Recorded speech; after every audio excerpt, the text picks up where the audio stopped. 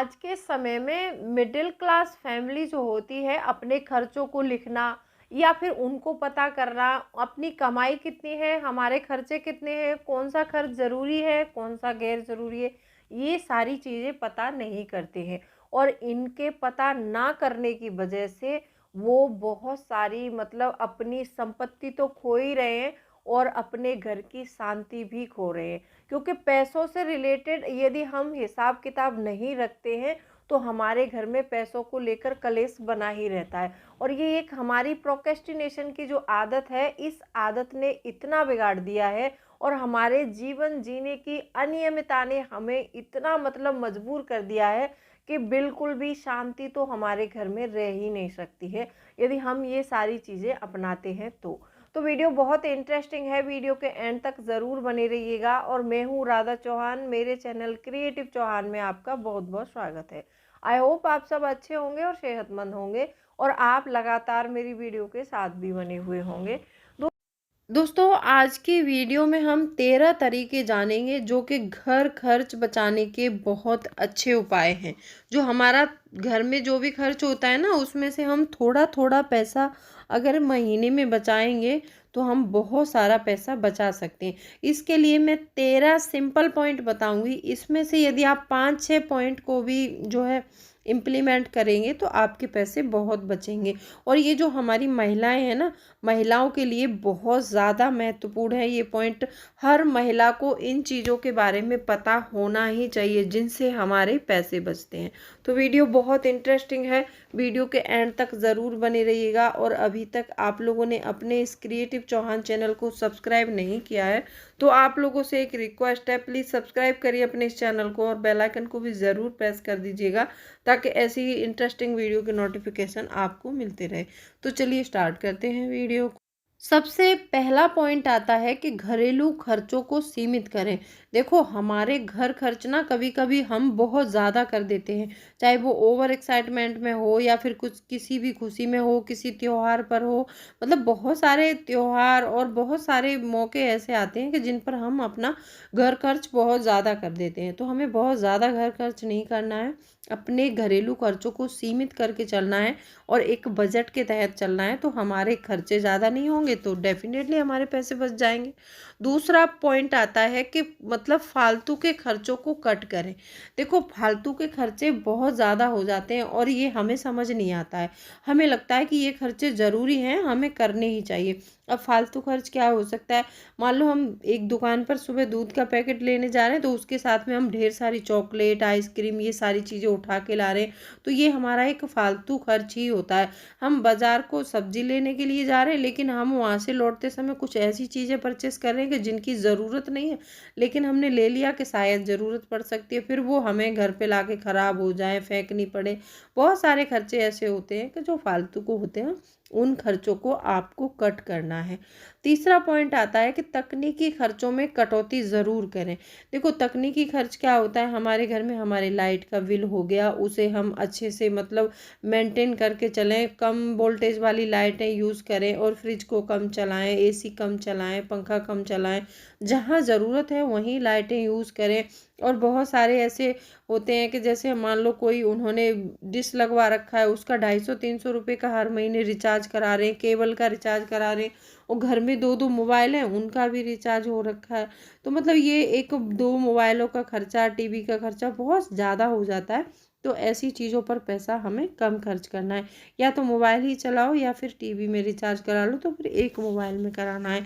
यदि वाईफाई है आपके घर में तो कोई दिक्कत नहीं है। और वाईफाई का भी रिचार्ज हर महीने करवा रहे हो तो इससे अच्छा है कि 6 महीने का पैक देख लो कितने का है, वो इकट्ठा करवा लो, उसमें थोड़ा फ़ायदा हो जाता है। तो ऐसे तकनीकी खर्च जो भी हैं उनमें आपको कटौती करनी है।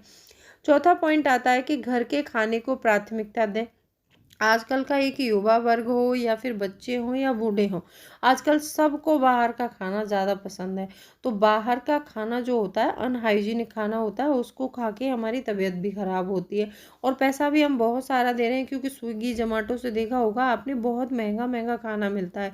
इतने मतलब एक बार का खाना मंगाने से अच्छा है कि वीकली सब्जी ले आओ उस पैसे की और अपने घर में एक वीक अच्छे से बना के खाओ। चाहे भले ही जो खाना खाना चाहते हो उसको बनाओ, लेकिन अपने घर में बनाओ, हाइजीन के साथ बनाओ, तो आप अच्छा रहेगा और आपकी तबीयत भी ठीक रहेगी। पांचवा पॉइंट आता है कि एक साइड इनकम भी ज़रूरी है। ये महिलाओं के लिए बहुत ज़्यादा ज़रूरी है, क्योंकि आजकल महिलाएं क्या सोचती हैं पता है, हस्बैंड ही कमाएगा, हस्बैंड ही घर चलाएगा। ऐसी बात नहीं है। आप यदि कुछ कर सकती हैं तो आपको ज़रूर करना चाहिए। अगर आपको सिलाई अच्छी आती है तो सिलाई करो। देखो, स्टिचिंग करना कोई बुरी बात नहीं है, वो एक हुनर होता है। अगर आपके अंदर ये हुनर है तो इस हुनर को आपको बाहर निकालना चाहिए। आप पढ़ी लिखी हैं, थोड़ा तो ट्यूशन पढ़ाइए, बच्चों की कोचिंग कर लीजिए। आप थोड़ा अच्छे मतलब मोबाइल वगैरह लैपटॉप वगैरह में अच्छी जानकारी रखती हैं, तो आप किसी न किसी पर अपना चैनल बनाइए, वीडियो अपलोड किए और मोनेटाइजेशन करवा के अपना पैसा कमाइए। तो आप घर बैठे एक साइड इनकम भी बनाना बहुत ज़रूरी है। छठवां पॉइंट आता है कि एक निश्चित बजट बनाकर बचत करनी है आपको। अपने घर का एक मतलब आपको स्ट्रिक्ट बजट बनाना है। बजट ऐसा होना चाहिए, लचीला होना चाहिए कि जैसे अगले मंथ में कुछ फेरबदल करना पड़े तो उसमें कुछ ज़्यादा मतलब वो ना बर्डन ना पड़े।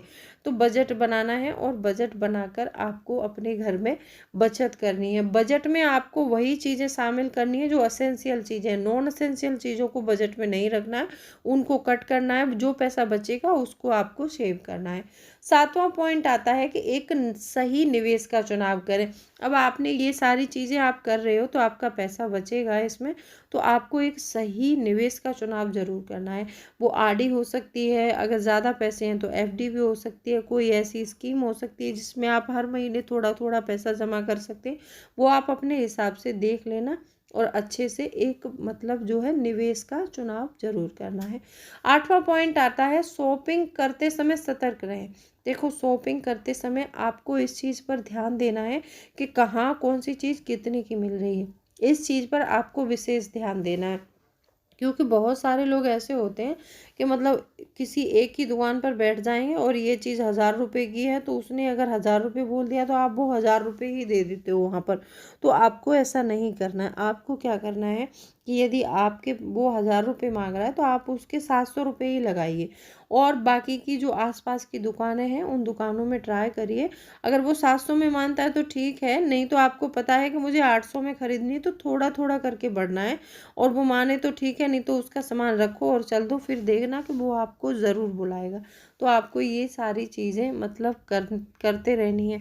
एक होता है ना कि बार्गेनिंग करते हैं, तो हम लोग जब बार्गेनिंग करते हैं तो हम लोग क्या है कि बहुत शर्माते हैं कि दुकानदार क्या सोचेगा। दुकानदार कुछ नहीं सोचेगा, वो उनका काम है पैसों से चीज़ को देना, और वो एक्स्ट्रा ही मांगते हैं। उनको पता है कि ये 100-200 रुपये ज़रूर कम करेंगे, तो वो इसीलिए बढ़ाकर मांगते हैं। तो आप उतना ही बार्गेनिंग करके आप उनसे कम करवा सकते हैं, क्योंकि आपको दुकानदार से कोई रिश्ता नहीं रखना है, सिर्फ आपको अपने पैसे की तरफ ध्यान देना है कि हमें अपना पैसा बचाना है।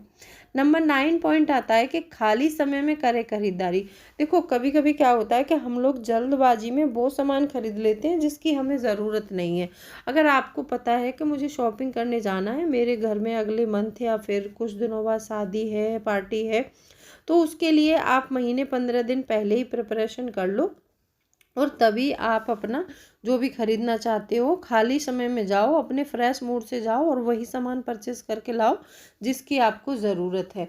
अगर आप ऐसा करती हैं तो आप बहुत सारे पैसे बचा सकती हैं। नंबर 10 पॉइंट आता है स्मार्ट तरीके से करें खरीदारी। अब स्मार्ट खरीदारी क्या होती है कि आपने देखा होगा कि बहुत से लोग ऐसे मतलब बोर्ड लगा कर रखते हैं कि यहाँ पर 70% ऑफ है, यहाँ पर 30% ऑफ है। आप वहाँ जाएंगे तो उन कपड़ों पर 70% ऑफ होगा, 30% उन पर ऑफ होगा जिनकी आपको ज़रूरत नहीं है, और जिनकी आपको ज़रूरत है वो तो आपको पूरे रेट में दिए जाएंगे वहाँ पर पैसे। तो ऐसी दुकानों पर और ऐसे लालच से आपको बचकर रहना चाहिए। एक तो ये पॉइंट आता है। एक ये पॉइंट है कि जब भी आपको मौका मिले तो आप ये देखिए कि कौन सी चीज़ में अभी फ़ायदा मिल रहा है फ़िलहाल। जैसे आपको पता है कि मुझे गर्मियों में एसी चाहिए और आप सर्दियों के दिनों में वहाँ पर जाकर देख रहे हैं, तो आपको क्या है कि उस एसी पर आपको अच्छा खासा छूट मिल जाएगा। तो आप ऐसे करके भी अपने सामान में मतलब पैसे की बहुत बचत कर सकते हैं। तो क्योंकि आप सर्दियों में एसी खरीद रहे हैं तो ऑब्वियसली सर्दियों में कोई खरीदता नहीं है, आप ही ले रहे हैं तो वहाँ पर छूट अच्छी मिलेगी और आपको अच्छा सामान मिल जाएगा। तो आप सर्दियों में गर्मियों का सामान खरीदिए और गर्मियों में सर्दी का सामान खरीद लीजिए। अभी मार्च मंथ आ रहा है तो ब्लैंकेट वगैरह बहुत सस्ते मिलेंगे आपको। आप क्योंकि ऐसा होता है जो दुकानदार होते हैं ना, वो अपना पुराना स्टॉक निकालेंगे, नया भरेंगे, तो वो सोचते हैं 100 200 500 रुपये कम में वो दे देते हैं आराम से। तो ऐसे करके आप अपनी जो खरीदारी है उसको स्मार्ट तरीके से कर सकते हैं। 11वां पॉइंट आता है कि बचत की आदत डालें। देखो हम लोग क्या है कि बचत करना चाहते हैं लेकिन उसकी आदत नहीं डालते हैं। अब आदत कैसे पड़ेगी? मान लो हमारे पास 200 रुपये हैं और हमें पता है कि हमें ये पैसों में से पैसे खर्च करने हैं, तो आप उसमें से 180 रुपये खर्च कर लो, 20 रुपये बचा के अलग रख दो। वो 20 रुपये आप ऐसी जगह रख दो जहाँ से आपके हाथ नहीं आए। मेरा कहने का मतलब है कि आप उनको गुल्लक में डाल दो। आपके पास यदि 100 रुपये हैं तो आप उसमें से 90 रुपये खर्च कर लो, 10 रुपये बचा लो। आपके अंदर अगर ये आदत डेवलप हो गई तो आप कोई बड़ा खर्चा भी करेंगे ना 1000 2000 का, तो उसमें से आप मतलब 100 200 बचाएंगे। आप मान लो 1 लाख रुपए का कर रहे हैं तो आप उसमें से 4 5 हज़ार बचाओगे। तो ऐसे ये थोड़ी थोड़ी पैसे बचाने की आदत ना बहुत अच्छी होती है, हमें अपनाते रहने चाहिए इस आदत को। 12वां पॉइंट आता है कि खरीदारी ऐप्स को बार बार चेक करना बंद करो। हमने देखा होगा कि हमारे मोबाइल्स में बहुत सारी ऐप्स इंस्टॉल करके रखते हैं हम, तो हम क्या करते हैं कि उनको बार बार चेक करते हैं। जब हम उनको बार बार चेक करते हैं तो ऐप्स वाले लोग जो है वो पता लगा लेते हैं कि वो इस डील में इंटरेस्टेड है। जब आपको उनको पता चलता है कि ये इंटरेस्टेड है तो वो आपको बार बार नोटिफिकेशन भेजते रहते हैं, बार बार भेजते रहते हैं, आप उनको चेक करते रहते हैं। फिर आपको लालच आती है तो आप वहाँ से कुछ ना कुछ पूरे दिन में 1 2 चीज़ें तो परचेस कर ही लेते हैं। आपको करनी नहीं थी लेकिन आपने क्यों की कि नोटिफिकेशन आया, आपने उस पर क्लिक किया, आपको छूट मिली और आपको ज़रूरत थी नहीं थी आप उसको दिमाग में नहीं लगाते और आप उसको खरीदारी में लगे रहते हैं। तो आपको ऐसा नहीं करना है। 13वां पॉइंट आता है कि कभी कभी तनाव दूर करने के कारण भी हम बहुत पैसा खर्च कर लेते हैं।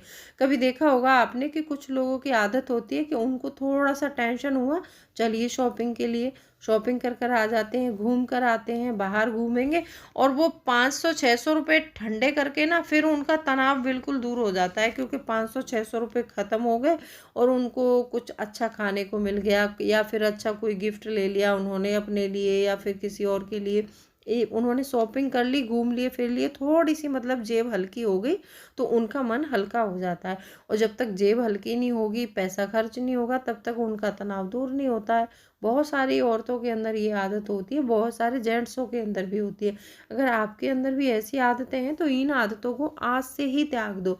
और तनाव जब भी आपको लगे कि कुछ तनाव हो रहा है आपको, तो आप अपने घर में थोड़ा योगा कर लो, एक्सरसाइज कर लो, कोई ऐसा काम पड़ा है जो बहुत दिनों से आपसे आपने नहीं किया है, अगर उसे आप करेंगे तो वो सुधर सकता है।